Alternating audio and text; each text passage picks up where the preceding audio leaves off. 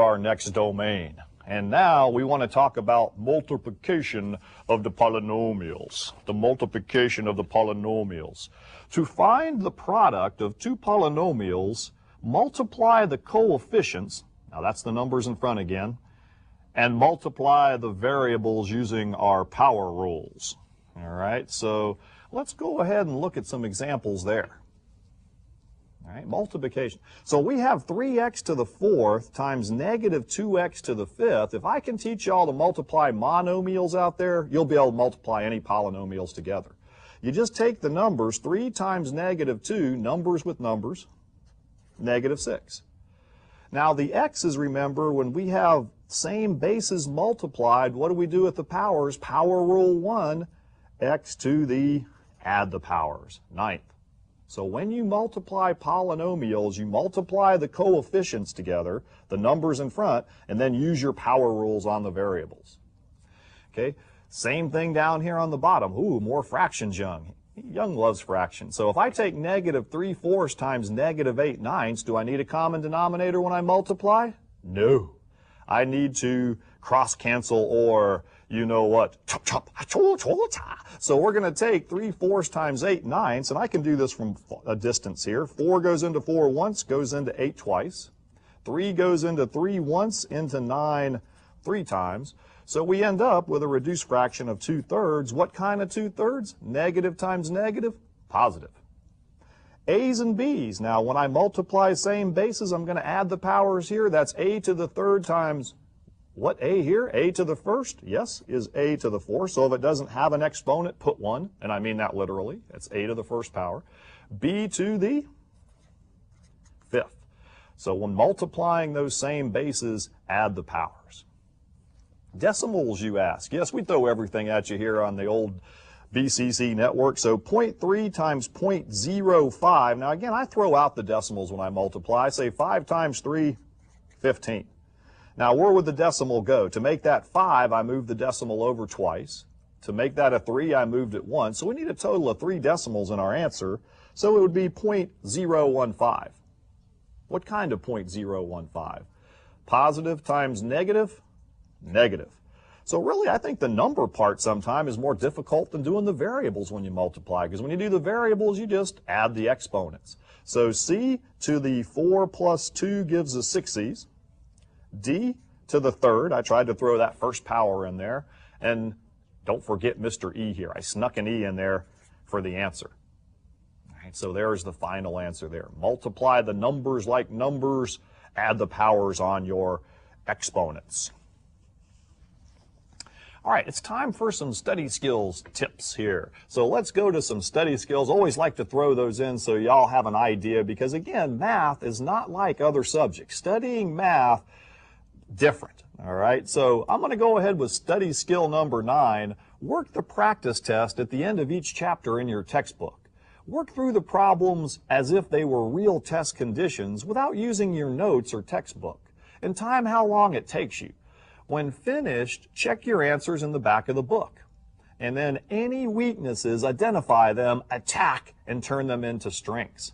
And our 10th study skill is the one that says never say die. Review all quizzes and tests that are returned to you. They indicate what your instructor considers most important. Be sure to correct all your missed problems to avoid making the same mistakes in the future.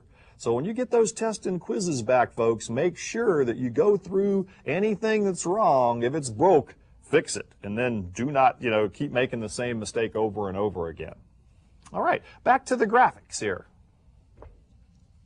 Now, we were talking about multiplying monomials here. We're going to talk about multiplying more than one thing together now. So when multiplying more than one term, you can distribute the polynomials and collect like terms where necessary.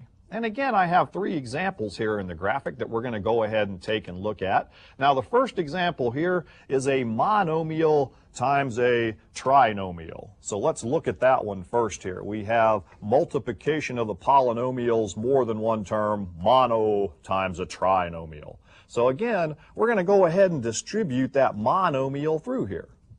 All right, so again, if you can multiply monomials, you have 3a times 4a squared. You're going to end up with 12a to the what power? Third. And if it doesn't have an exponent, put 1 if that helps you. All right. Positive times negative minus 21a to the second power. So again, I threw out some that didn't have exponents, don't like it, put 1. And then lastly but not leastly, the 3a times 2 gives us plus 6a. So you can also go ahead and multiply that monomial through the trinomial to get this final answer here. Now, Young, they're getting larger. Don't panic. All right, now I've got a binomial times a trinomial. So when you have this situation, and again, we don't just do the easy ones, we attack all the tougher problems here. What you do on one of these is you take this first term in the binomial, 2x, and distribute it through the trinomial. So I'm going to write that out. It just takes a second to write these things out. Do not skip steps. Then I'm going to take this second term in the binomial, the plus 3, and watch your signs here, and I'm going to distribute that through the trinomial. So when you multiply more than one thing together as far as these critters go, you are going to end up with just distributing each term of one through the other. All right, so let's go ahead and do that. Great practice here. 2x times 6x squared is going to give us 12x to the third. 2x times negative 5x is going to give us a negative 10x squared. 2x times negative 1 minus 2x. All right, so now we're getting into some multiplication things, and we're going to have some collecting like terms down here. It just doesn't get any better than this. All right, take the 3, run it through. Multiplying each term by 3, we get plus 18x squared. 3 times negative 5 minus 15x minus 3. 3 times the negative 1. So we get down to this phase of the game. We've distributed each term of the first one through there. Got down to here. What next? Collect like terms. So when you look these answers up, we'll take the highest powered variable first. Poor x to the third. It has no other like terms in here, so that's the first part of the answer in descending order, 12x to the third. How many x squares? We'll do those in pretty blue.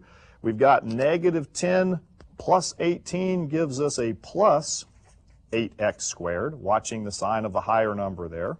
Different sign, subtract, sign of the larger number's positive.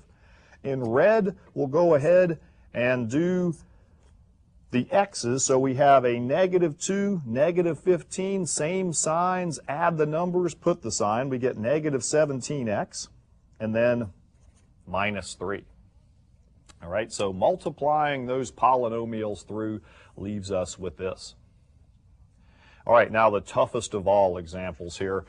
You don't see too many of these, but we're going to do one anyway because we don't back down from any fight here. A trinomial times a trinomial, Young. Oh my gracious. Now notice on some of these we don't have coefficients in front of each term, and we don't have powers on all the variables. So I'm going to go ahead and in front of this x squared, I'm going to put a 1 in front of it. And this x here, I'm going to put a 1 in front of it and a 1 on the exponent. So x is really 1x to the first power. 1x to the third minus 1x squared plus 4x to the first. So now every single term has a coefficient and it has a degree. It has an exponent. All right, so let's go ahead and now take this. We're going to take the 1x squared, the first term, and distribute it through here. So I'm going to write that out. And it just takes a second. I wish I could get more students to write these things out like this. The next term is the plus 1x to the first. I'm going to go ahead and write that very quickly here. And we're going to go ahead and run that through.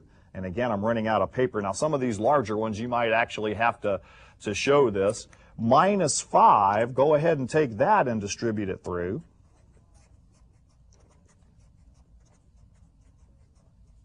All right, so here's your setup. All right, so you're going to have to take this first term, distribute it through the second one. Okay, write it out. Take the second term, distribute it through the second one, write it out. Take the third term, distribute it through the second one, write it out. Okay, and then show those steps until you get down to this final answer here. All right, so what I think I'm going to do here is maybe, since we're running out of time on this episode, is I think I'm going to let the student go ahead and work this one out, multiplying numbers with numbers and adding the exponents. And when we pick it up in our next episode, I'm going to have the answer here for you and have it worked out, and we'll show you how it works. So if you can do these, you're doing great. All right, in closing, remember what it takes to succeed in mathematics. Practice enough to become proficient. Keep all materials organized and don't leave gaps by missing or skipping lessons because math builds from topic to topic. Stay motivated, stay focused, pay attention to detail, and always feel you can succeed. You may be surprised with the results. Take care and we'll see you next time.